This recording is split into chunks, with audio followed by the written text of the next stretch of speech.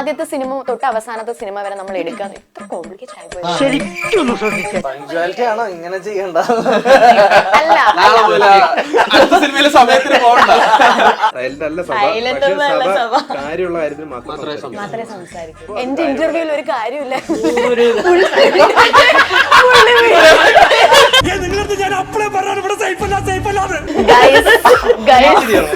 ഞാനൊന്ന് പറഞ്ഞോട്ടെ വിഷ്ണു ചേട്ടന്റെ കണ്ണ് അഭിനയിക്കുന്നു എന്ന് പറയും എപ്പോഴും. കണ്ണഭിനയിക്കുന്നതിന് സെപ്പറേറ്റ്. ഞാൻ പറഞ്ഞത് കള്ളാന്ന് നിങ്ങൾക്ക് കണ്ണാടി മാറ്റിയ കണ്ണ് അഭിനയിച്ച് കളയും. അങ്ങനെ ആരെങ്കിലും ചെയ്തത് കണ്ടായിരുന്നോ അതോ ചെയ്ത് നോക്കിയോ? എന്തോന്ന് ഞാനൊരു ക്ലച്ച് പിടിച്ചത് സൈഡിൽ കൊടുത്തൊന്ന് തീർത്തോട്ടെ. ഭയങ്കര ഫണ്ണി പീസാണ് ആണോ? ചോദ്യം തിയേറ്റർ ആർട്ടിസ്റ്റ് ആണല്ലോ. ബാക്കി ഞാൻ എന്റെ ചോദ്യം അങ്ങ് മറന്നു. ഈ സിനിമയും വാഴയും തമ്മിലൊരു ചെറിയ ബന്ധമുണ്ട്. വാഴയ്ക്കകത്ത് മീനാക്ഷി കൂടുതൽ നൈറ്റ് റൈഡ് അല്ലേ പോകുന്നത്. ഈ സിനിമയുടെ പേര് നൈറ്റ് റൈഡ് ആണ്.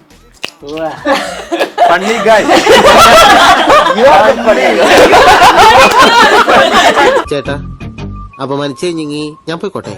അതായത് ചേട്ടൻ എന്നെ നോക്കുന്നേ എന്താ ഈ പെങ്കൊച്ച് പറയുന്നത്? ചെറിയ കിളി പോയിരിക്കാണ്. ഞാൻ മാത്രമാണ് മോനായിട്ട് അഭിനയിച്ചിട്ടുള്ളൂ എന്നുള്ളതാണ്. അല്ലെങ്കിൽ സാർ തന്നെയാണല്ലോ സാറിന് മോനായിട്ട്. ഇനിയിപ്പോ ആരും വരൂല്ല, റിട്ടയർ ചെയ്ത് പൊളിറ്റിക്സിട്ടൊക്കെ പോയുള്ളൂ. മാത്യുവിന് ഇഷ്ടമുള്ള സിനിമ ഏതാണ് മാത്യു? എനിക്ക് ഇഷ്ടമുള്ള സിനിമ ഞാൻ പറഞ്ഞാൽ മതിയോ? ഒരു ഒറ്റ ഇടി ഞാൻ ഇടിക്കും. ചോര കണ്ട അറപ്പ് മാറിയവനാ ഞാൻ. ഞാൻ പറയാല്ല. എന്ത് തേങ്ങ മാത്യു പറയുന്നു. ഇത് തന്നെ പ്രശ്നം. ലോകം അംഗീകരിക്കുന്നില്ല എന്നെ. ഗെയിമിൽ ആദ്യത്തെ ചോദ്യം തന്നെ പാളിയ സ്ഥിതിക്ക് നമ്മൾ രണ്ടാമത്തെ ചോദ്യത്തിലേക്ക് കിടക്കാം. ഫ്രഷ് ചോദ്യം തന്നെ വരെ നമുക്ക് സ്കിപ്പ് അടിക്കാം. Make every wedding unforgettable. Joya Lucas, world's favorite jeweler. Hi hello welcome to movie world media. So ഞാൻ ശ്രീനിധി. ഇന്ന് നൈറ്റ് റൈഡർ സിനിമയുടെ വിശേഷങ്ങളുമായി ഒരു കൂട്ടം ആൾക്കാരാണ് നമ്മൾ ജോയിൻ ചെയ്യാൻ പോകുന്നത്. So let's welcome Vishnu Agastya, Mathew, Meenakshi, Roshan and സബചേട്ട. Welcome to the show. Okay, അപ്പോൾ എന്തൊക്കെയുണ്ട് വിശേഷങ്ങൾ? സിനിമയുടെ റിലീസൊക്കെ ആയിട്ട് പ്രൊമോഷനൊക്കെ ആയിട്ട് എല്ലാവരും ഇങ്ങനെ ഓടിച്ചാടി നടക്കുകയാണോ? സ്പീഡ് ഓടി പോകുന്നുണ്ട്. ചേട്ടൻ എന്താ വളരെ അതായത് ചേട്ടൻ എന്നെ നോക്കുന്നേ എന്താ ഈ പെങ്കൊച്ച് പറയുന്നത്? ചെറിയ കിളി പോയിരിക്കാണ്. പേര് വിളിച്ചിട്ട് ഏറ്റവും അവസാനം സബചേട്ടൻ. എനിക്കൊരു കാര്യം ചെയ്യാം, നമുക്ക് ഇവിടുന്ന് തുടങ്ങാം. ഞാൻ ഒന്നുകൂടി ഇൻട്രോ പറയാം. വേണ്ട വേണ്ട, ശരത് സഭ എന്ന് പറഞ്ഞാൽ മതി. അല്ല, ചേട്ടന് സഭ എന്ന് വിളിക്കുന്നതാ ഇഷ്ടമെന്ന് ഞാനൊരു യൂട്യൂബ് സഭയുടെ ഫാനാണോ? അല്ല, സഭ ചേട്ടൻ എങ്ങനെ വന്നു എന്നാണ് പുള്ളി. ആണോ? സഭ എന്ന് വിളിച്ചാൽ മതി. സഭ. ഓക്കെ, സഭ. ഞാനിങ്ങനെ അല്ല, ഞാൻ ഇന്റർവ്യൂസ് എന്തൊക്കെ ഇങ്ങനെ റെഫർ ചെയ്തപ്പം സഭ എന്ന് വിളിക്കുന്നതാ ഇഷ്ടമെന്ന് പറഞ്ഞു. അപ്പൊ സഭ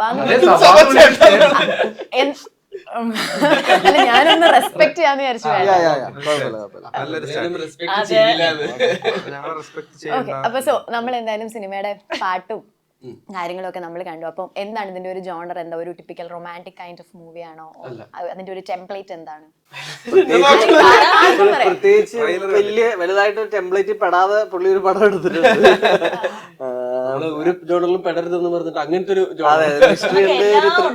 മിസ്റ്ററി, ത്രില്ലിംഗ്, റൊമാൻസ്, ഫൈറ്റ്, അങ്ങനത്തെ എല്ലാ ഹ്യൂമർ, എല്ലാ എലമെന്റ്സും ഉണ്ട്. എന്തായാലും ബാക്കി കണ്ടു കഴിഞ്ഞാൽ കൃത്യം മനസ്സിലാവും.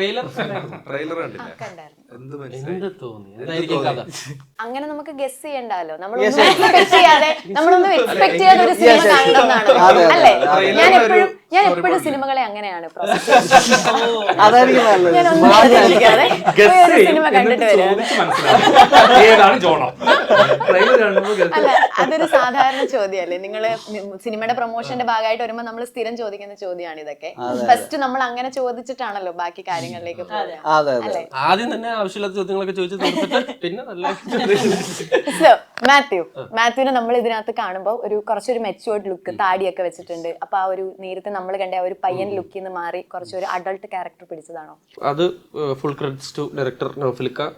മേക്കപ്പ് ചെയ്തത് റോണക് ചേട്ടനാണ്. പിന്നെ കോസ്റ്റ്യൂംസ് മെൽവിജ്. അപ്പൊ ഇവരുടെ മൂന്നുപേരുടെയും ഒരു എസ്പെഷ്യലി നൗഫലിക്കയുടെ ഒരു വിഷനാണ് നേരത്തെ പോലെ പയ്യൻ എന്നുള്ളതല്ലാണ്ട് ഒരു എന്താ ആ ഒരു ഫീല് കൊണ്ടുവരണം. ആ ഒരു ഡിഫറൻസ് കൊണ്ടുവരണം എന്നുള്ളത് ഇവരുടെ മൂന്നുപേരുടെ അവർ മൂന്നുപേരും ചേർന്ന് എടുത്ത തീരുമാനങ്ങളിൽ ഉണ്ടായ ഒരു ലുക്കും ഒരു ഇതുമാണ്. അപ്പൊ ഫുൾ ക്രെഡിറ്റ്സ് ടു. അപ്പൊ മാത്യുവിന് ഇങ്ങനെ ഇന്റൻഷനലി ഉള്ളിലൊരു തീരുമാനം ഉണ്ടായിരുന്നു, അതായത് ക്യാരക്ടർ ഒന്ന് ചേഞ്ച് ചെയ്ത് പിടിച്ചു തുടങ്ങണം, ഇനി നമ്മളിങ്ങനെ സ്റ്റുഡന്റ് അല്ലെങ്കിൽ ഒരു കോളേജ് ഗോയിങ് അങ്ങനത്തെ റോളുകൾ അല്ലാതെ സ്കൂള് ചെയ്യരുത് എന്നുള്ളതാണ് എടുത്തിരുന്നത്. ചർമ്മം കണ്ട പ്രായം തോന്നാത്ത കാരണം എല്ലാരും ഇങ്ങനെ സ്കൂളിലൊക്കെ റോളൊക്കെ ചെയ്യാൻ പറ്റുന്നതാണോ?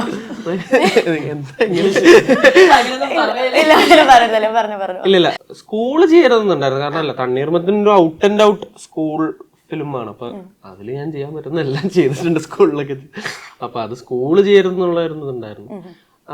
ക്യാരക്ടർ ബ്രേക്ക് ചെയ്യണം എന്ന് അങ്ങനെയല്ല, വേറെ പരിപാടികൾ വരണം എന്നുള്ള ആഗ്രഹം എപ്പോഴും ഉണ്ടായിരുന്നു. ഇത് വന്നപ്പോ എനിക്ക് അങ്ങനെ ഇപ്പൊ ഒരു കഥ പറയുമ്പോ അങ്ങനെ ഒരു അങ്ങനെ ഒരു ചേഞ്ച് കഥയിൽ ഉണ്ടായിരുന്നില്ല. പിന്നെ കൊണ്ടുവന്നൊരു ഡെപ്തും നൗഫലിക്ക കൊണ്ടുവന്നൊരു ഡെപ്തും കാര്യങ്ങളുമാണ് അത്. ആക്ച്വലി കഥയിൽ അങ്ങനെ ഇങ്ങനത്തെ ഒരു എവിഡന്റ് ആയിട്ടുള്ള ഒരു ട്രാൻസിഷനോ ഒന്നും ഉണ്ടായിരുന്നില്ല കഥ പറയുമ്പോൾ. പക്ഷെ നൗഫലിക്ക ഇവരൊക്കെ ചേർന്നെടുത്ത തീരുമാനമാണ് കുറച്ചും കൂടെ വേറെ രീതിയിൽ പ്രസന്റ് ചെയ്യണം എന്നുള്ളത്. ലോക, തലവര തുടങ്ങിയ ഹിറ്റ് സിനിമ, അതായത് ഹിറ്റ് സമ്മാനിച്ചതിന് ശേഷം അടുത്തതായിട്ട് ചേട്ടന്റെ റിലീസാവുന്ന സിനിമയാണ് നൈറ്റ് റൈഡേഴ്സ്. സോ ചേട്ടന് ടെൻഷൻ ഉണ്ടോ, അല്ലെങ്കിൽ ചേട്ടൻ എന്താ എക്സ്പെക്ട് ചെയ്യുന്നത് സിനിമയിൽ നിന്ന്? നമ്മളത് കൺസീവ് ചെയ്യുമോ, അല്ലെങ്കിൽ യൂഷ്വലി നമ്മുടെ ഒരു സിനിമ ഭയങ്കരമായിട്ട് ആൾക്കാർ സ്വീകരിക്കപ്പെടുമ്പോൾ അടുത്ത സിനിമ ഇറങ്ങുമ്പോൾ നമുക്കൊരു ടെൻഷൻ ഉണ്ടാവുമോ? ആ ഒരു സ്റ്റേജിൽ നിൽക്കുന്ന സമയത്ത് എന്തായാലും ടെൻഷൻ ഉണ്ടാകും. പക്ഷേ ഇതിൻ്റെ കാര്യത്തിൽ എനിക്ക് അത്ര ടെൻഷൻ ഇല്ല. ഇത് ഞാൻ പേഴ്സണലി തിയേറ്ററിൽ പോയിട്ട് കാണാൻ ആഗ്രഹിക്കുന്നൊരു പടം തന്നെയാണ് ഇത്. അപ്പം ഇത് ഔട്ട് വന്ന സമയത്ത് എല്ലാവരും ഹാപ്പിയാണ്. ഇപ്പം നമ്മൾ ഈ ക്രൂ ആണെന്നുണ്ടെങ്കിലും ആക്ടേഴ്സ് ആണെന്നുണ്ടെങ്കിലും എല്ലാവരും പടം ഏറെക്കുറെ ഇത് കണ്ടായിരുന്നു. മറ്റേ ഫൈനൽ ഔട്ടല്ല, എന്നാലും കുറച്ച് പരിപാടികളൊക്കെ കണ്ടു. എല്ലാവരും ഹാപ്പിയാണ്, ഞാനും ഹാപ്പിയാണ്. അപ്പം ആ ടെൻഷൻ ഇല്ല. വിഷ്ണു ചേട്ടനെ എല്ലാ ഇന്റർവ്യൂസിൽ വരുമ്പോഴേ സ്പെക്സ് കാണും, എപ്പോഴും ഒരു കണ്ണാടി കാണും. അപ്പോൾ വിഷ്ണു ചേട്ടൻ്റെ ആക്ടിങ്ങിൽ എപ്പോഴും ഇങ്ങനെ എടുത്ത് പറയുന്ന ഒരു കാര്യം, വിഷ്ണു ചേട്ടൻ്റെ കണ്ണ് അഭിനയിക്കുന്നു എന്ന് പറയും. എപ്പോഴും കണ്ണിനൊരു ഒരു പ്രത്യേകത പറയാറുണ്ട്. അപ്പൊ പ്രൊഡ്യൂസേഴ്സിനോട് ചോദിച്ചു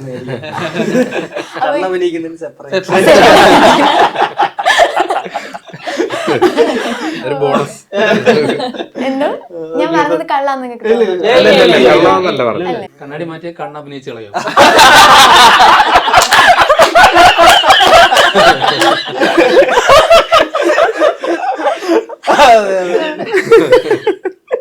അല്ല, ഞാൻ ഇന്നലെയൊക്കെ ട്രാവലിംഗ് ആയിരുന്നു. അപ്പൊ മിക്കവാറും ഉള്ള എനിക്ക് തോന്നുന്നു ഒരുവിധമുള്ള ആക്ടേഴ്സ് ഒക്കെ വന്ന് ഈ കണ്ണാടി വെക്കുന്നത് കഴിഞ്ഞാൽ എവിടെയെങ്കിലും ട്രാവലിലായിരിക്കും, ക്ഷീണമായിരിക്കും. അപ്പൊ ഇപ്പൊ നിങ്ങളിപ്പോ ഒരു കല്യാണത്തിന് മുമ്പ് കൂടുതൽ ഒരുങ്ങുന്നത് എന്തിനാ? അതുപോലെ നമ്മള് എന്താ പറയുന്നത്, നല്ല ക്ഷീണമുള്ള ഐസ് ഒന്നും കാണിക്കണ്ട എന്ന് വിചാരിച്ച് ഇങ്ങനത്തെ ഒരു സംഭവം വെക്കുന്നേ ഉള്ളൂ. ഓക്കെ. മീനാക്ഷി, ഇതിന്റെ പ്രൊമോഷനിൽ ഒരു കമന്റ് ഞാൻ കേട്ടു, മീനാക്ഷി ഭയങ്കര ഫണ്ണി പീസാണ്, ആണോ? ഇങ്ങനത്തെ ഫണ്ണി പീസ് അത് ചോദിച്ചാളോട് ചോദിക്കാം. നീ തന്നെ പറഞ്ഞു നീ ഫണ്ണി പീസ്. ഒരു കുട്ടി ചോദിച്ചു, നിങ്ങളുടെ ലൊക്കേഷൻ എങ്ങനെ ഫണ്ണായിരുന്നു? ആ നല്ല ഫണ്ണായിരുന്നു, ഇതാണ് ഫണ്ണി പീസ്. അല്ല, മീനാക്ഷിയാണ് നമ്മുടെ മെയിൻ സോഴ്സ് ഓഫ് എന്റർടൈൻമെന്റ്. മീനാക്ഷിയാണ് മെയിൻ. സീരിയസ് ആയിട്ട് ഓരോ കാര്യങ്ങൾ പറയും. മീനാക്ഷിയിലായിരുന്നെങ്കിൽ നമ്മള് മറ്റേ ഇങ്ങനെ സീരിയസ് ആയിട്ട് ഒരു മെജോറിറ്റി ഓഫ് ടൈം നമ്മുടെ ഭയങ്കര സീരിയസ് ആയിട്ട് നമ്മളിങ്ങനെ ഇരുന്നത്. പക്ഷെ മീനാക്ഷി ഉള്ളതുകൊണ്ട് അതങ്ങനെ. മീനാക്ഷിയുടെ ക്യാരക്ടർ നോക്കുമ്പോ നമുക്ക് സീരിയസ് ആയി പറയുന്നതാണ് വിചാരിച്ചേ. അല്ലാണ്ട് ഞാൻ സീരിയസ് ആയിട്ട് എടുത്ത മീനാക്ഷി അല്ലേ? ഞാനിവിടെ വന്നിരുന്നപ്പോഴും മീനാക്ഷി ഭയങ്കര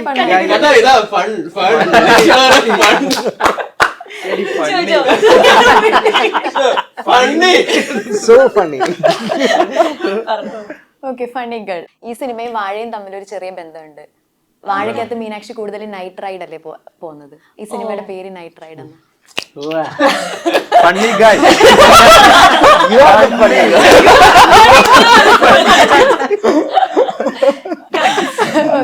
നല്ല ഒബ്സർവേഷൻ ആണോ? നല്ല ആണോ? ചളിയൊന്നും അല്ല ഇത്. പക്ഷെ വാഴയുടെ ഇതെന്താ മറ്റേ ഹൈബോസ് എല്ലാരും അറിയട്ടെ. ഞാൻ അവിടെ കുറെ പറഞ്ഞിരുന്നു. ഇനി ഞാനൊരു സീരിയസ് ഷെയ്ഡിലുള്ള ക്വസ്റ്റ്യനിലേക്ക് നമ്മളൊന്ന് തിരിക്കുകയാണ്. നമ്മള് സീരിയസ് ഓക്കെ. ഇതിന് വേണമെങ്കിൽ ആർക്ക് വേണമെങ്കിലും ആൻസർ ചെയ്യാം, പക്ഷെ എന്നാലും ഞാൻ വിഷ്ണു ചേട്ടനെയാണ് മനസ്സിൽ ഉദ്ദേശിക്കുന്നത്. ചേട്ടൻ ഒരു തിയേറ്റർ ആർട്ടിസ്റ്റ് ആണല്ലോ, ബേസിക്കലി തിയേറ്റർ ചെയ്യുന്ന ആളാണല്ലോ. ഞാൻ കുറച്ച് സമയങ്ങളാണ് തിയേറ്റർ ചെയ്തേക്കുന്നത്. കാരണം ഞാന് അതെ സഭ ഓക്കെ. അപ്പൊ എന്തായാലും വെച്ചാൽ നമ്മള് തിയേറ്ററിന്റെ ബാക്ക് ഡ്രോപ്പിൽ വർക്ക് ചെയ്തിട്ടുണ്ടെന്ന് പറയാൻ നമ്മൾ ഭയങ്കര പ്രൗഡാണ്.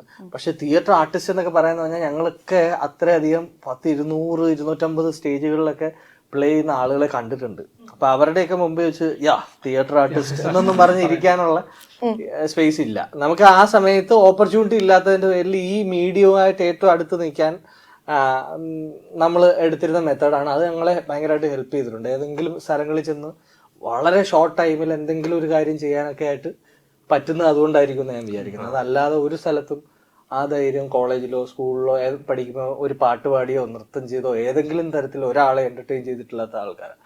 അപ്പോൾ അഭിനയിക്കുക എന്ന് പറയുന്നത് നമ്മുടെ ഇവിടുത്തെ ടോട്ടൽ ഒരു ധാരണ വെച്ചിട്ട് ദൈവത്തിന്റെ കയ്യിൽ നിന്ന് ഭയങ്കരമായ അനുഗ്രഹം കിട്ടിയേക്കുന്ന ഏതോ ആൾക്കാരായിട്ടാണ് എനിക്കൊന്നും ഒരിക്കലും തോന്നിയിട്ടില്ല ഞാൻ ഭയങ്കര അനുഗ്രഹം കിട്ടിയ ആളാണ്, പോയി ഇനി അങ്ങ് അഭിനയിച്ചാൽ മതി എന്ന് തോന്നിയിട്ടില്ല. അതുകൊണ്ടാണ് ഇതിന്റെ പരിസരങ്ങളിൽ വർക്ക് ചെയ്തത്. ചോദ്യം തിയേറ്റർ ആർട്ടിസ്റ്റ് ആണല്ലോ. ബാക്കി ഞാൻ എന്റെ ചോദ്യം അങ്ങ് മറന്നു സംസാരിച്ചപ്പോ ഞാൻ ഉദ്ദേശിച്ചത്, അപ്പൊ നമുക്കിപ്പോ തിയേറ്റർ ചെയ്യുന്ന സമയത്തെ ഒരു ക്യാരക്ടറിലേക്ക് നമ്മൾ കയറുക എന്ന് പറയുമല്ലോ, അതിന് കുറച്ചും കൂടെ ടൈം കിട്ടുമല്ലോ നമുക്ക് തിയേറ്റർ ചെയ്യുമ്പോൾ. ഇപ്പൊ ഫോർ എക്സാമ്പിൾ ഇപ്പൊ ഒരു റിഫ്ലെക്സ് ആക്ഷൻ ഒക്കെ നമ്മൾ ചെയ്യുമ്പോൾ തിയേറ്റർ ആകുമ്പോൾ അത് സ്പോണ്ടേനിയസ് ആയിട്ട് നമുക്കത് ചെയ്യാൻ പറ്റും. പക്ഷെ സിനിമയിൽ വരുമ്പോൾ അത് കട്ട് ചെയ്ത് അത് കഴിഞ്ഞിട്ടായിരിക്കും അടുത്ത നമ്മുടെ റിഫ്ലെക്സ് ആക്ഷൻ എടുക്കുന്നത്. സോ സിനിമയിൽ വരുമ്പോൾ അതെങ്ങനെയാ നിങ്ങൾ അതിനെ അത് ടാക്കിൾ ചെയ്യുന്നത്, അല്ലെങ്കിൽ അങ്ങനെ ആ ഒരു ചേഞ്ച് എങ്ങനെയാ അത് ചെയ്യുക?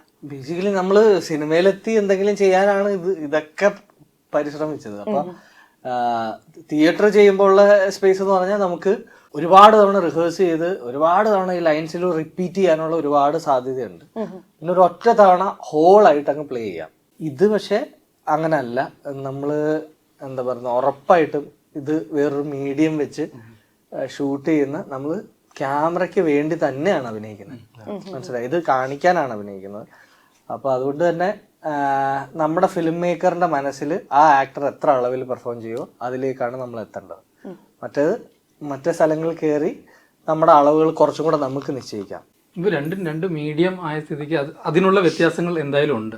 അപ്പോൾ നാടകം ചെയ്യുന്ന സമയത്ത് നമ്മളിപ്പം ഈ പറയുന്ന പോലെ 30 ദിവസത്തെ റിഹേഴ്സലൊക്കെ കഴിഞ്ഞ് ഒരു സാധനം സെറ്റ് ചെയ്തിട്ട് നമ്മൾ പോയിട്ട് പെർഫോം ചെയ്യുന്ന സമയത്ത് ഒരു ആക്ടറിനെ സപ്പോർട്ട് ചെയ്യുന്ന രീതിയിലാണ് അവിടെ സെറ്റ്, മ്യൂസിക്, ലൈറ്റ്, ഓഡിയൻസിന്റെ ഇത് എല്ലാം ഒരു ആക്ടറിനെയും കൂടി സപ്പോർട്ട് ചെയ്യും. അയാളുടെ പെർഫോമൻസിനെയും സപ്പോർട്ട് ചെയ്തിട്ട് ഇങ്ങനെ പോകും. ഈ മ്യൂസിക് ഒക്കെ നമ്മളുടെ ആക്ടിങ്ങിനെ സപ്പോർട്ട്, അപ്പോൾ മ്യൂസിക് കേട്ടിട്ട് നമുക്ക് പെർഫോം ചെയ്യുന്ന സമയത്ത് വേറൊരു ഔട്ട് വരും. ഈ സിനിമയിൽ പറഞ്ഞത് വെച്ച് കഴിഞ്ഞ് കഴിഞ്ഞാൽ നമ്മൾ ഓൾറെഡി പെർഫോം ചെയ്ത് കഴിഞ്ഞ് കഴിഞ്ഞാൽ പിന്നെ അതിലോട്ട് ബാക്കി ടെക്നീഷ്യൻസ്മാർ വന്നിട്ടാണ് നമ്മൾ ചെയ്ത സാധനത്തിനെ മറ്റ് പരിപാടികളൊക്കെ വെച്ചിട്ട് ലിഫ്റ്റ് ചെയ്യുന്നത്. അപ്പൊ ഈ രണ്ട് വ്യത്യാസങ്ങളുണ്ട്. ഒന്ന് നമ്മൾ നഗ്നമായിട്ട് സിനിമ ക്യാമറയ്ക്ക് മുൻപിൽ ചെയ്യുന്ന, പിന്നെ കുറച്ചും കൂടെ നമ്മൾ പ്രേക്ഷകരുടെ രീതി കുറച്ചും കൂടെ രണ്ട് മീഡിയത്തോടുള്ള അപ്രോച്ച് ഭയങ്കര ഡിഫറെന്റാ. നമ്മളൊരു നാടകത്തിൽ ഇതാക്കിയിട്ട് അതാ ട്രെയിൻ പോയി എന്ന് അവിടെ ഒന്ന് പറഞ്ഞു കഴിഞ്ഞാൽ ഇതെവിടാ ട്രെയിൻ എന്ന് നമ്മൾ ചോദിക്കൂലല്ലോ. പക്ഷെ സിനിമയിലെ സ്ഥലങ്ങളിൽ നമുക്കിങ്ങനെ റാൻഡമിലി എവിടെങ്കിലും ഏതെങ്കിലും ഒരു ആക്ടർ പറഞ്ഞതുകൊണ്ട് അത് വിശ്വസിക്കത്തില്ല. അതായത് സിനിമയ്ക്ക് നമ്മൾ നമ്മളെ വിശ്വസിപ്പിക്കണം. മറ്റേ നമ്മൾ കുറച്ചും കൂടെ വെയിലെത്തുമ്പോ ഇതവളെ ദളവയായിരിക്കും എന്ന് വിചാരിച്ച് കാണും. സഭ മ്യൂസിക്കിന്റെ കാര്യം പറഞ്ഞല്ലോ, നമ്മളിങ്ങനെ സിനിമകൾ കാണുമ്പോ തോന്നുവേ സഭയുടെ ചിരിയില്ലേ, അതൊരു ഭയങ്കര ജാനിയമ്മനൊക്കെ ആണെങ്കിലും ഇപ്പൊ ആ ചിരി പ്ലേസ് ചെയ്തിട്ട് നമുക്ക് വേണമെങ്കിൽ BGM ഇട്ട് കൊടുത്ത് അത് പല ഷെയ്ഡ്സിലേക്ക് കൊണ്ടുപോകാൻ പറ്റുന്ന ഒരു ചിരിയാണെന്ന് തോന്നിയിട്ടുണ്ട്. സോ വേറെ ആരും പറഞ്ഞിട്ടില്ല ചേട്ടൻ അല്ലേ? അതായത് ജാനിയമ്മനിലൊക്കെ ഒരു ചിരി ഉണ്ടല്ലോ, അപ്പം നമുക്ക് ചില ഷോർട്സിലൊക്കെ നമുക്ക് ഇങ്ങനെ ഒരു ചിരി പ്ലേസ് ചെയ്യുന്ന കാണാം. അപ്പൊ ആ ചിരിക്ക് നമുക്ക് BGM കൊടുത്തിട്ട് അത് പല ഷെയ്ഡിൽ കൊണ്ടുപോകാൻ പറ്റും. എപ്പോഴെങ്കിലും തോന്നിയിട്ടുണ്ട് അങ്ങനെ ആരെങ്കിലും ചെയ്തത് കണ്ടായിരുന്നോ അതോ ചെയ്ത് നോക്കിയോ? അങ്ങനെ ഒബ്സർവ് ചെയ്തതാണ്. എന്തോന്ന് ഞാനൊരു വെച്ച് പിടിച്ചത് സൈഡിൽ കൂടി ഇതൊന്ന് തീർത്തോട്ടെ. ശരിക്കും അത് പറഞ്ഞപ്പോ ഈ റോഷനെ എക്സൈറ്റഡ് ആയി. അല്ല അങ്ങനെ Excited ആയതാണോ? പിന്നെ- പക്ഷേ ആ മുഖത്ത് ഞാൻ എക്സൈറ്റ്മെന്റ് അല്ല ശരിക്കും ഞാൻ ഇത് ചെയ്തു തേങ്ങ അല്ല ആദ്യം തന്നെ സഭയുടെ കുറെ കാര്യങ്ങൾ ഒബ്സർവ് ചെയ്യുന്ന ആളായോണ്ട് ചോദിച്ചു. അങ്ങനെ ചെയ്ത് നോക്കിയത് ചോദിച്ചതാ ഞാൻ ശരിക്കും. അല്ല ബേസിക്കലി സഭയെ നമ്മള് സിനിമയില് ചിരിക്കുമ്പോൾ കണ്ണുന്നതല്ല, ഞാൻ കരയുന്നല്ല. പറഞ്ഞു പറഞ്ഞു പറഞ്ഞു. ആ സഭയെ നമുക്ക് ഏത് സ്പേസിലേക്ക് കൊണ്ടുവരാൻ പറ്റുന്ന ഒരു ആക്ടർ എന്നുള്ള രീതിയാണ് നമുക്കൊക്കെ കോവർക്ക് ചെയ്യുമ്പോ ഇങ്ങനെ നിൽക്കുന്ന നിപ്പിൽ ദുഷ്ടനാക്കാം, ഭയങ്കര സാധുവാക്കാം, എങ്ങോട്ട് വേണമെങ്കിലും ഭയങ്കര സ്പെക്ട്രോ ഭയങ്കര ഏത് സ്ഥലങ്ങളിലേക്കും പ്ലേസ് ചെയ്യാന്നുള്ളതാണ് എനിക്ക് തോന്നുന്നത് നമ്മുടെ ഈ ഒരു കാലഘട്ടത്തിലെ സഭയുടെ പ്രസക്തി. അതെ, ഇപ്പൊ ഈ നൈറ്റ് റൈഡേഴ്സിൽ തന്നെ ആണല്ലോ എനിക്ക് പേഴ്സണലി ഒരുപാട് ഇഷ്ടപ്പെട്ടു സഭയുടെ പെർഫോമൻസും. സഭയുടെ കൂടെ വർക്ക് ചെയ്യുമ്പോൾ നമുക്ക് മനസ്സിലാവും അത് എന്തോരം എനർജിയാണ് തിരിച്ച് നമുക്ക് കിട്ടുന്നത്. നമ്മൾ അങ്ങോട്ട് കൊടുക്കുന്നതിന്റെ ഇരട്ടിയാണ് പുള്ളി തിരിച്ചു തരുന്നത്. അപ്പൊ നമുക്കും ശരിക്കും അത് ഭയങ്കര പെർഫോം ചെയ്യാനൊക്കെ ഭയങ്കര മൊത്തത്തിൽ ഓൾ ഇൻ ഓൾ സഭയുടെ പെർഫോമൻസ് നൈറ്റ് റൈഡേഴ്സിൽ ഇതുവരെ ഞാൻ സഭയുടെ പടങ്ങളിൽ കണ്ടിട്ടുള്ളതിൽ എനിക്ക് ഒരുപാട് ഇഷ്ടപ്പെട്ട പെർഫോമൻസ് ആണ് സഭയുടെ. അല്ല ഇതൊക്കെ തന്നെയാണ് അങ്ങോട്ടും ഇവരുടെ കാര്യങ്ങളിലും എനിക്ക് പറയാൻ. അങ്ങനെ ആകുന്ന സമയത്താണ് ഒരു ഇതിൽ നിൽക്കുന്ന ഞങ്ങൾ 3 പേരുള്ള സീനിൽ എല്ലാവർക്കും ഒരേ ഇതുപോലെയാ പോകുന്നത്. ഡയലോഗിന്റെ പരിപാടികൾ കാണുന്നുണ്ടെങ്കിലും ഗീവ് ആൻഡ് ടേക്ക് അങ്ങനെയാണെന്നുണ്ടെങ്കിലും എല്ലാം ആ ഒരു രീതിയിൽ തന്നെയാണ് പോകുന്നത്. ഇപ്പം ഇവരുടെ സീനെല്ലാം ഡെവലപ്പ് ചെയ്യുന്നൊരു പരിപാടി. ഇപ്പോൾ ഒരു സ്ക്രിപ്റ്റ് പരിപാടി ഇങ്ങനെ വന്നു. ഈ സ്ക്രിപ്റ്റിൽ നൗഫലൊക്കെ പറയും ഇത് പോരടാ ഈ സീന് നമുക്കൊന്ന് ഇതാക്കണം എന്ന് പറഞ്ഞുകൊണ്ട് ഞങ്ങൾ 3 പേരും കൂടി വിളിച്ചോണ്ട് ഇതെങ്ങനെ ഇതിലെന്താ ചെയ്യാൻ പറ്റുമോ മറ്റേതാക്കാം എന്ന് പറഞ്ഞുകൊണ്ട് ഇതിൽ ഇംപ്രൂവൈസ് ചെയ്ത് കയറ്റാൻ ക്യാമറ ആ ഓരോ എന്തെങ്കിലും ചെറിയ സാധനമാണെന്നുണ്ടെങ്കിലും അതിനത് ഭയങ്കര കാര്യമുള്ള കാര്യമായിരിക്കും. നമ്മളിപ്പോഴേ ക്യാരക്ടർ റോൾസ് കൂടുതലും ചെയ്യുന്ന സമയത്ത് അതായത് ആ സിനിമയുടെ മൊത്തത്തിലുള്ള വിജയം അനുസരിച്ചിട്ടായിരിക്കും നമ്മുടെ ക്യാരക്ടർ റോൾസ് വരുമ്പം അതിന് ശ്രദ്ധ കിട്ടുന്നത്. അല്ലെങ്കിൽ ചിലപ്പോൾ സ്പെസിഫിക് ആയിട്ട് അത് മാത്രം നോട്ടീസ് ചെയ്യുന്ന സമയം ഉണ്ടാവും. അപ്പോൾ നമ്മൾ ക്യാരക്ടർ റോൾസ് ഒക്കെ ചെയ്യുന്ന സമയത്ത് അടുത്ത സിനിമ വരുമ്പോൾ നമ്മളൊരു ബെഞ്ച് മാർക്ക് വെക്കാറുണ്ടോ? എന്തെങ്കിലും എക്സ്പെക്ട് ചെയ്യുക, അതായത് ഇന്ന റോള് ചെയ്തു, ഇനി അടുത്തത് ഇന്ന റോള് ആയിരുന്നെങ്കിൽ, അല്ലെങ്കിൽ അങ്ങനെ ഒരു സാധനം ഫോളോ ചെയ്യാറുണ്ടോ നിങ്ങൾ ആരെങ്കിലും? സത്യം പറയാല്ലേ, എനിക്ക് ഇവരുടെ കാര്യം ഏകദേശം അതാവാനാണ് വഴി. എന്റെ കാര്യം എന്ന് പറഞ്ഞാൽ നമ്മളിപ്പോ ഒരെണ്ണം ചെയ്തു, നേരെ ഇതായിട്ട് വർക്കായി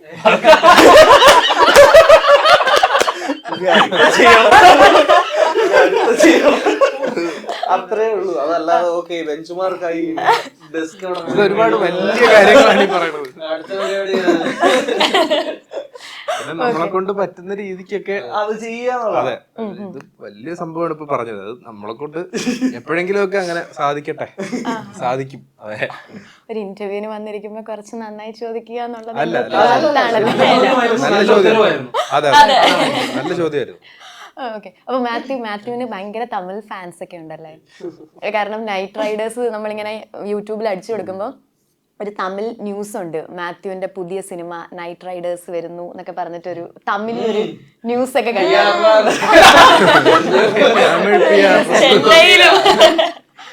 അപ്പോൾ നമ്മുടെ ഈ സിനിമയുടെ പോസ്റ്റർ ഇറങ്ങിയ സമയത്ത് വേറെ ഏതൊക്കെയോ ഇങ്ങനെ ആൾക്കാർ ഷെയർ ചെയ്യുമല്ലോ, അങ്ങനെ ഞാൻ കണ്ടത് അതിന്റെ താഴെ ഒരു കമന്റ് കിടപ്പുണ്ട്, തലപ്പതി അല്ലെങ്കിൽ അങ്ങനെ വിജയുടെ പോലിരിക്കുന്നു എന്നൊക്കെ പറഞ്ഞിട്ടുള്ള കമന്റ്സ് ഉണ്ട്. മാത്യു അത് ഇങ്ങനെ കേൾക്കാറുണ്ടോ? അങ്ങനത്തെ കേൾക്കാറില്ല, കമന്റ് ആയിട്ടാ നേരിട്ട് പറയുന്നില്ലല്ലോ.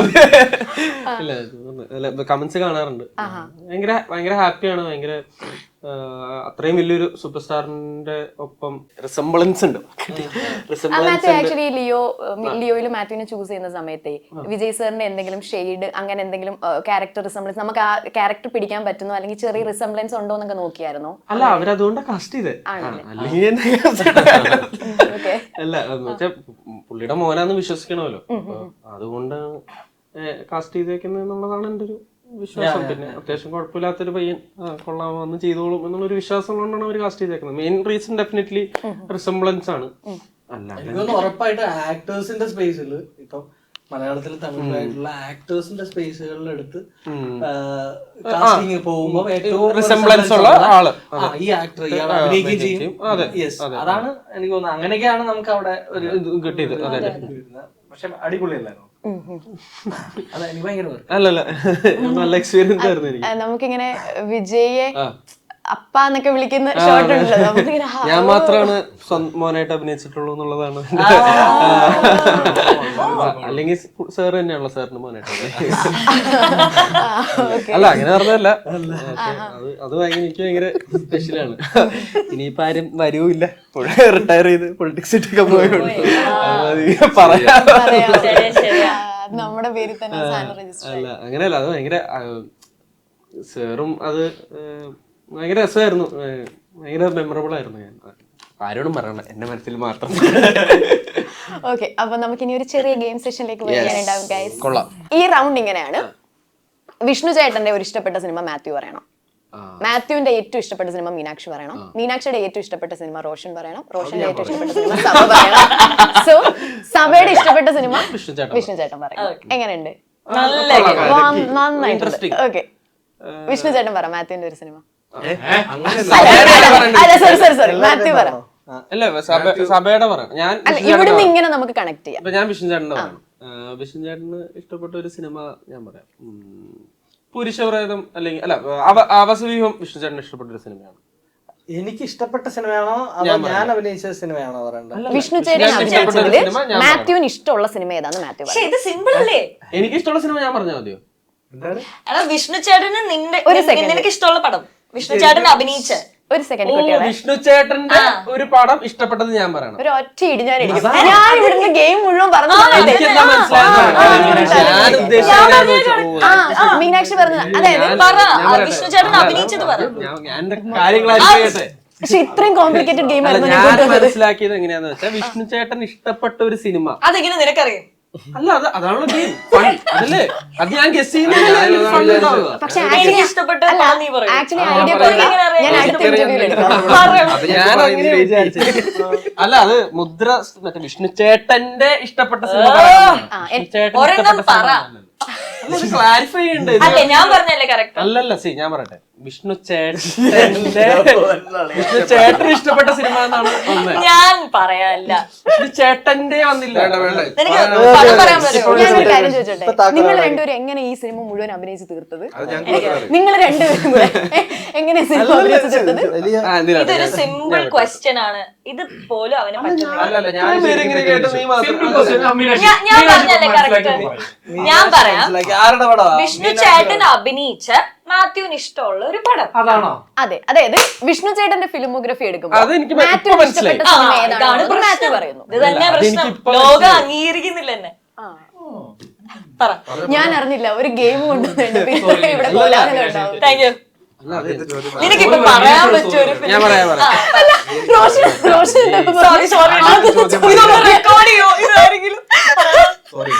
സോറി മീനാക്ഷി. എനിക്ക് റോഷൻ പറഞ്ഞ് ഇഷ്ടപ്പെട്ട ആദ്യത്തെ ചോദ്യം, അതായത് നൈറ്റ് റൈഡ് എക്സ്പീരിയൻസ് മതിയായിരുന്നു, ഇത്രയും പ്രശ്നം. വിഷ്ണു ചേട്ടന്റെ ഇഷ്ടപ്പെട്ട സിനിമ എനിക്ക് റൈഫിൾ ക്ലബ്ബ്. ഭയങ്കര വിഷ്ണു ചേട്ടന്റെ ക്യാരക്ടർ ഭയങ്കര അടിപൊളിയാണ്. എനിക്ക് കരിക്കട ഇൻസോംനിയ.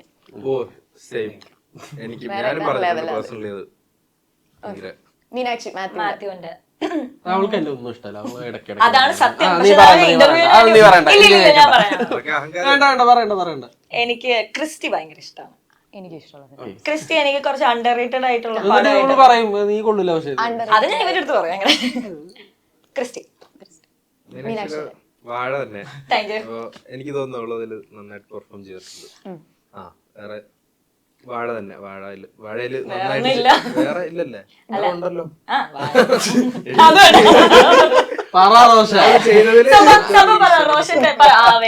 വാഴയിലെ പെർഫോമൻസ് എനിക്ക് ഒരുപാട് ഇഷ്ടപ്പെട്ടു. അതിൽ നിന്നും വ്യത്യസ്തമായിട്ടാണ് ഈ പടത്തിൽ ചെയ്തേക്കുന്നത്.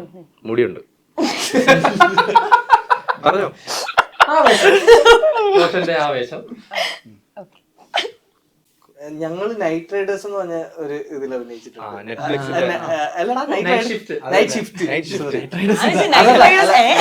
ഞങ്ങൾ അങ്ങനെയാണ് ഫസ്റ്റ് വർക്ക് ചെയ്യുന്നത്. അപ്പൊ എനിക്ക് അതല്ലാതെ എനിക്ക് തോന്നുകയാണെങ്കിൽ വളരെ കുറച്ച് സ്പേസ് മാത്രം വെച്ചിട്ടുണ്ട് നമുക്ക് ആ ഹോൾ ഫിലിമിന്റെ മെമ്മറി പോകുമ്പോഴത്തേക്ക് ആ സീനിലേക്ക് പോകുന്നതാണ് ജാനേമൻ.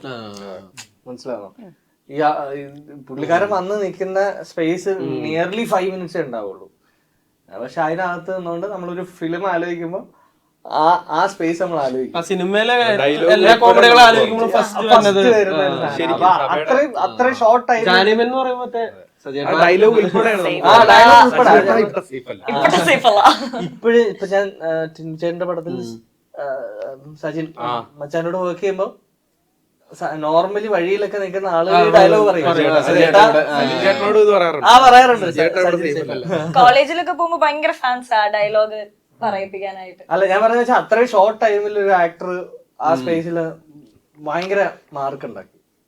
അപ്പൊ എനിക്ക് ജാനേമൻ ഇപ്പൊ ലോകമൊക്കെ എനിക്ക് വർക്ക് ആയത് ഞാൻ വിളിക്കുകയും ചെയ്തു. അപ്പൊ തന്നെ ചേട്ടൻ ഇങ്ങനെ വളരെ സൈലന്റ് ആയിട്ട് അപ്രിസിയേഷൻ ഒക്കെ അതെ അതെ അതെ കാര്യമുള്ള കാര്യത്തിൽ മാത്രമേ സംസാരിക്കുള്ളൂ. അപ്പൊ ഇതുവരെ എന്റെ ഇന്റർവ്യൂവിൽ ഒരു കാര്യമില്ല.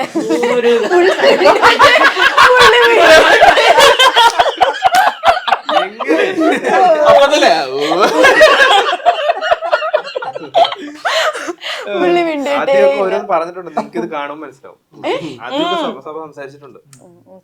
എന്നാലും എനിക്ക് സങ്കടമായത്. അടുത്ത ചോദ്യം എന്ന് പറഞ്ഞു കഴിഞ്ഞാൽ ഇതേപോലെ ശ്രദ്ധിച്ചു പറയാം.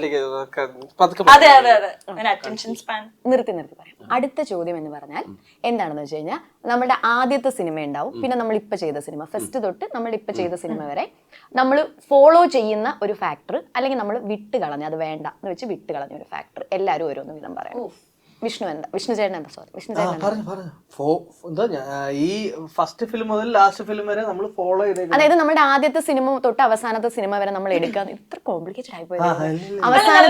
അവസാനത്തെ സിനിമ വരെ എടുക്കുക എന്നുണ്ടെങ്കിൽ ചിലപ്പോൾ നമ്മൾ ആദ്യത്തെ സിനിമയിൽ നമ്മൾ ചെയ്ത ഒരു കാര്യം അടുത്ത സിനിമ വരുമ്പോൾ നമ്മൾ ഇങ്ങനെ ചെയ്യണ്ട.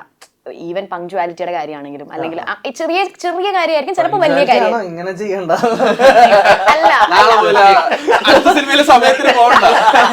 അല്ല ഫസ്റ്റ് സിനിമയില്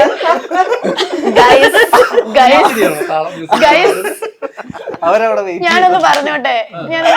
അതായത് ഞാൻ പറഞ്ഞത് ചിലപ്പോ ആദ്യത്തെ സിനിമ നമ്മളത്ര പങ്ക്ച്വൽ ആയിരിക്കില്ല. അപ്പൊ അടുത്ത സിനിമ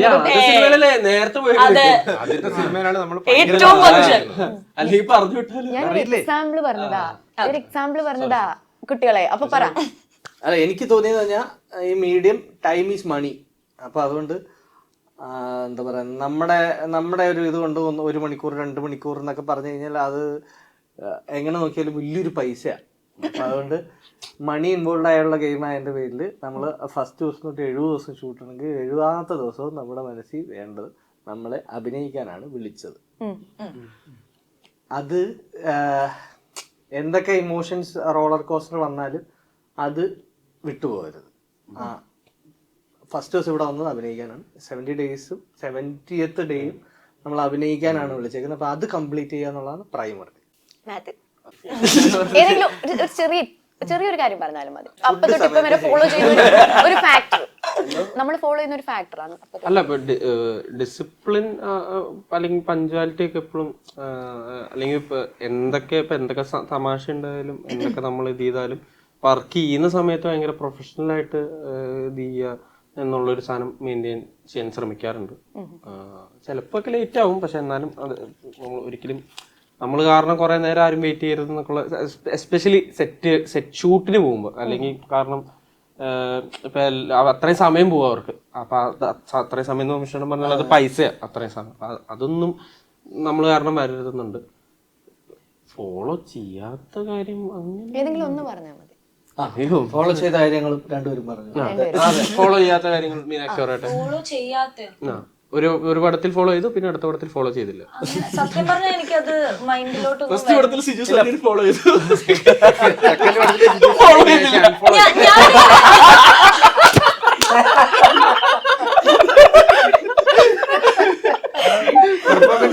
ഞാനല്ലല്ലോ ഫോളോ ചെയ്ത്, അവനല്ലേ ഫോളോ ചെയ്ത്. സീരിയസ് ആയിട്ട് ഞാൻ പറയാം. ഒന്ന് നീ മാത്രം ഫണ്ട് പറഞ്ഞാൽ മതി, ഞങ്ങളും ഫണ്ട് പറയാം. Funny girl. അല്ല ഞാൻ സത്യം പറഞ്ഞാൽ എനിക്ക് അങ്ങനെ ഫോളോ ചെയ്യാത്തായിട്ട് നമ്മൾ ഓരോ സെറ്റിലും പോകുമ്പോൾ പല കാര്യങ്ങളാണ് പഠിക്കുന്നത്. ചിലപ്പോൾ ആദ്യത്തെ സെറ്റിൽ പോയിട്ട് രണ്ടാമത്തേലേക്ക് പോകുമ്പോൾ ഓ അതല്ല ശരിക്കും സംഭവം. അപ്പൊ കണ്ടിന്യൂസ് ആയിട്ട് ഒരു ലേണിംഗ് ആൻഡ് അൺലേണിംഗ് പ്രോസസ് അങ്ങനെ സംഭവിച്ച ഒരു കാര്യം പറയും. ഞാനൊരു ചോദ്യം ചോദിച്ചു. അങ്ങനെ ഒരു ഇവനെ കൊണ്ട് എന്ത് കഷ്ടായി ഇതെപ്പോഴും ഫോളോ ചെയ്യുന്ന എന്തെങ്കിലും ഒന്ന് പറ. അല്ല ഇവര് പറഞ്ഞ പോലെ ഡിസിപ്ലിൻഡ് ആണ് എപ്പോഴും. അത് പറഞ്ഞു വേറെ അല്ല അതാണ് ഞാൻ ശരിക്കും ഫോളോ ചെയ്യുന്നത്. അത് ഞാൻ എന്റെ ഫസ്റ്റ് പടം തൊട്ട് ഇപ്പോഴായാലും അത് ഒന്നും ഉണ്ടായിരിക്കും. കാര്യം പറയാൻ വന്നപ്പോ വേണ്ട. ഫസ്റ്റ് പടം ഇപ്പൊ കരിയറിൽ മാത്രമല്ല ത്രൂ ഔട്ട് ലൈഫിൽ നമ്മുടെ ഹെൽത്ത് ആയാലും ആ ഹെൽത്ത് ആക്ച്വലി നോക്കുന്നവര് ഹെൽത്ത് ഇല്ലെങ്കിൽ ഒന്നും ഇല്ല വിശ്വസിക്കുന്ന ഒരാളാണ്. എല്ലാ സെറ്റിലും ഹെൽത്ത് ഫോളോ ചെയ്യുന്നല്ലോ. അതെ ഞാൻ ഫോളോ ചെയ്യും. നല്ല ഭക്ഷണം കഴിക്കും, വെള്ളം കുടിക്കും. ഹെൽത്ത് ഇല്ലെങ്കിൽ നമുക്കൊന്നുമില്ല. അപ്പൊ അത് ഫോളോ ചെയ്യാം. ഞാനേ നമ്മള് ഫാക്ടേഴ്സ് നിങ്ങളോട് ഞാൻ ഇങ്ങനെ ചോദിച്ചല്ലോ. ഞാൻ നിങ്ങളോട് ഇങ്ങനെ ചോദിക്കുമ്പോൾ നിങ്ങളൊക്കെ ഇവിടെ ചിരിച്ചിരിക്കുന്നെങ്കിലും റോഷൻ വളരെ സീരിയസ് ആയിട്ട് ആലോചിക്കായിരുന്നു. അവിടെ ഞങ്ങൾ വെയിറ്റിംഗ് ആണ്. കറക്റ്റ് ആയിട്ടുള്ള ഉത്തരവേ പറഞ്ഞില്ല. ഞാൻ പറഞ്ഞില്ലേ ഹെൽത്തിന്റെ കാര്യം ഫോളോ ചെയ്യാത്ത കാര്യം പറഞ്ഞില്ലല്ലോ. അല്ല ഏതെങ്കിലും ഒന്ന് ഫോളോ ചെയ്യോ ചെയ്യാത്തയോ പറഞ്ഞാൽ മതിയല്ലേ? അല്ല എന്തേലും അല്ല. അല്ല ഫോളോ ചെയ്യുന്നത് മെയിനായിട്ട് ഇപ്പൊ നമ്മള് അഭിനയിക്കുമ്പോ കൂടുള്ള കോ ആർട്ടിസ്റ്റുകൾക്ക് ഒരു ബുദ്ധിമുട്ടാവാതെ അവർക്ക് അവരുടെ സ്പേസ് അത് എനിക്കറിഞ്ഞോട്ടോ. ഫോളോ ചെയ്യാറുണ്ട്. ഇപ്പൊ തന്നെ കണ്ടില്ലേ? ഇത് ഇവരാരും ഫോളോ ചെയ്യുന്നതായിട്ട് എനിക്ക് തോന്നിയിട്ടില്ല കേട്ടോ. എങ്ങനെയൊക്കെ ബുദ്ധിമുട്ട്. ഉദാഹരണം പറയട്ടെ. ഞാനൊരു ഉദാഹരണം പറഞ്ഞത്. ഇപ്പൊ ഞാനൊരു കാര്യം സീരിയസ് ആയിട്ട് സംസാരിച്ചിരുന്നപ്പോ മീനാക്ഷി ഇന്ററാക്ട് ചെയ്തിട്ടില്ലേ? അതാണ് ഇല്ല നീ സംസാരിച്ച് കഴിഞ്ഞിട്ടാണ് ഞാൻ പറഞ്ഞത്.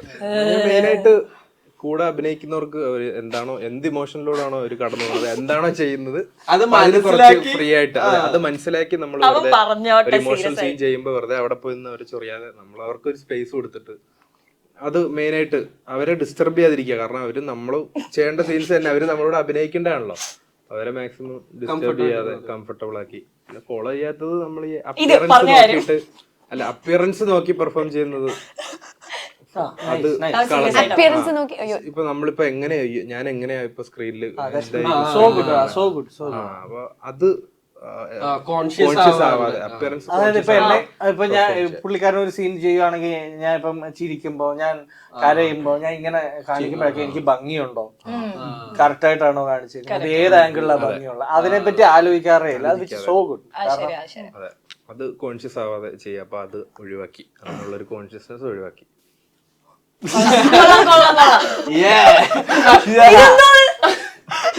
ഇതൊരു കോമ്പറ്റീഷൻ ആയിട്ട് ആയി പോയി.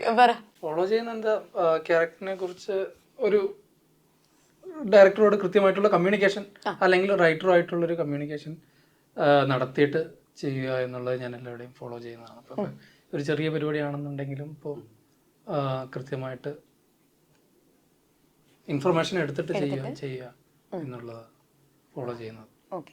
സോ അടുത്തതായിട്ട് ഞാൻ കുറച്ച് സിനിമയുടെ ഡയലോഗുകൾ എടുത്തിട്ടുണ്ട്. അതായത് ശരിക്കും സഭ അങ്ങനെ അത് ഭയങ്കരമായിട്ട് അത് ശ്രദ്ധിച്ച് ചെയ്യുന്ന ആളാണ്. ഇപ്പോൾ സഭ ചെയ്യുന്ന ക്യാരക്ടർ ഇപ്പൊ ഞാൻ ഇപ്പൊ ഈ പടത്തിൽ കണ്ടതാണ്. ഇപ്പോൾ രാജേഷ് എന്ന് പറഞ്ഞ ക്യാരക്ടർ എന്താണ് എന്ത് ഇമോഷനിലൂടെയാണ് കടന്നു പോകുന്നത് എന്നുള്ളതിന്റെ ഒരു ഭയങ്കര എന്താണോ സഭ ചെയ്യാൻ പോണത് അതിനൊരു ക്ലാരിറ്റി എപ്പോഴും സഭയ്ക്ക് വേണം. അത് എന്താ പറയുക നല്ലതാ ശരിക്കും. അത് പെർഫോം ചെയ്യുമ്പോൾ അത് ശരിക്കും റിഫ്ലക്ട് ചെയ്യുന്നുണ്ട്. ആ പെർഫോമൻസിലും അത് വരുന്നുണ്ട്. എന്താണ് ചെയ്യുന്നത്, അതിന് എന്താണ് അയാളുടെ ബാക്ക് സ്റ്റോറി, എന്താണ് ആ ക്യാരക്ടർ എന്തിലൂടെയാണ് കടന്നു പോകുന്നത്, അതൊക്കെ നോക്കിയിട്ടാണ് ചെയ്യുന്നത്. അത് സഭയുടെ അടുത്ത് പഠിച്ച ഒരു ക്വാളിറ്റിയാണത്. അത് കൺഫ്യൂഷൻ ഉണ്ടെങ്കിൽ അത് സഭ അത് കൺഫ്യൂഷൻ തീർത്തിട്ട് അത് ചെയ്യത്തുള്ളൂ. ക്ലാരിഫൈ ചെയ്ത് ജസ്റ്റ് സമയം തീരാറായി പാക്കപ്പ് പറയാം പെട്ടെന്ന് ചെയ്ത് മറ്റേ ഭയങ്കര ഇതാ. അതായത് ഇവിടുന്ന് ഇങ്ങനത്തെ പരിപാടി മനസ്സിലായില്ലേ? കറക്റ്റായിട്ട് സഭ പറയും അങ്ങനെ പലതും ഉണ്ട്. അത് ഓക്കെയാണ്, അത് ഓക്കെ അല്ല പറയും. സഭയ്ക്ക് ഓക്കെ അല്ലേ സഭ അത് പറയും. ഒന്നുകൂടെ ചെയ്യണം. അതെ അതൊന്നുകൂടെ പൊക്കൂടെ. വളരെ നല്ല ക്വാളിറ്റിയാണ്. അടുത്ത ചോദ്യത്തിന് മുമ്പേ ഞാൻ ഇപ്പഴാ ശ്രദ്ധിച്ചത് നിങ്ങളൊക്കെ സെയിം ഡ്രസ് അല്ലേ ഇട്ടേക്കുന്നത്. ശരി പെട്ടെന്ന് ശ്രദ്ധിക്കത്തില്ല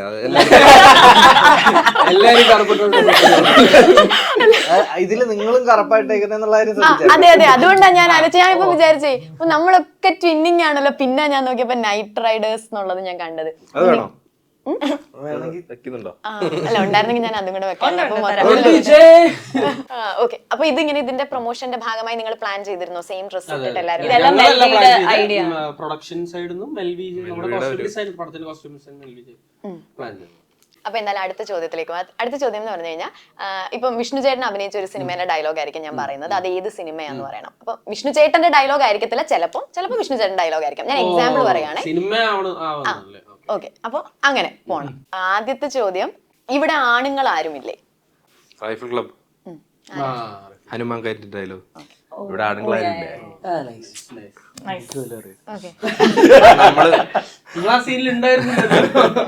ഓക്കെ, സബ, നിനക്കൊക്കെ ഇല്ല, നിനക്കൊക്കെ പ്രാന്താണോ പെണ്ണുങ്ങളുടെ പിന്നാലെ പോകാൻ? ഞാൻ ഇവിടെ ചോദിച്ചേ തണ്ണീർമത്തൻ. ഓക്കെ, ആരാ പറഞ്ഞത്? ഇനി അടുത്തത് കേട്ടില്ല, പറഞ്ഞോ. നസ്മിൻ. ഏത് സിനിമയായിരുന്നു? കുഴപ്പമില്ല, ഞാൻ പൂസ. ആവേശം രംഗ പറഞ്ഞു. ഓക്കെ, കുഴപ്പമില്ല ഒന്ന് പറഞ്ഞു. ഇല്ല ഇല്ല, ഞാനത് അപ്പോഴത്തെ പറഞ്ഞത് ഒരു തവണ വരും, വെറുതെ എന്തിനാ. അടുത്തത്, കോളേജിൽ പഠിക്കാത്തവന്മാരൊക്കെ ഇങ്ങോട്ട് മാറി നിൽക്കേ. സ്വന്തം പടത്തിന്റെ ഡയലോഗ്. ആര് പറഞ്ഞു?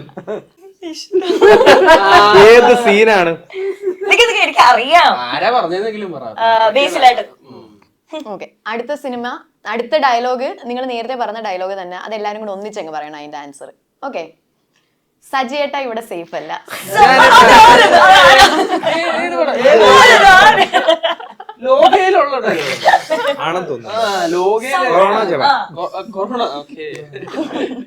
ഓക്കെ, അപ്പൊ എന്തായാലും നമ്മുടെ ഗെയിം സെഷൻ തീർന്നു. ഇനിയും വേണോ? നല്ലായിരുന്നു. ആണോ? പക്ഷെ ഞാൻ അറിഞ്ഞില്ല നിങ്ങൾ ഇത്ര ഇൻട്രസ്റ്റിംഗ് ആയിട്ടിരിക്കും. ഞാൻ കുറച്ചും കൂടെ കൊണ്ടുവന്നേനെ.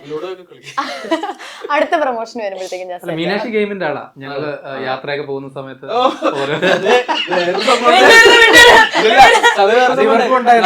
നമ്മള് ഇന്റർവ്യൂ ഇരുന്നപ്പോ കഥ വന്നു. അപ്പൊ അതില് മീനാക്ഷി വന്നു.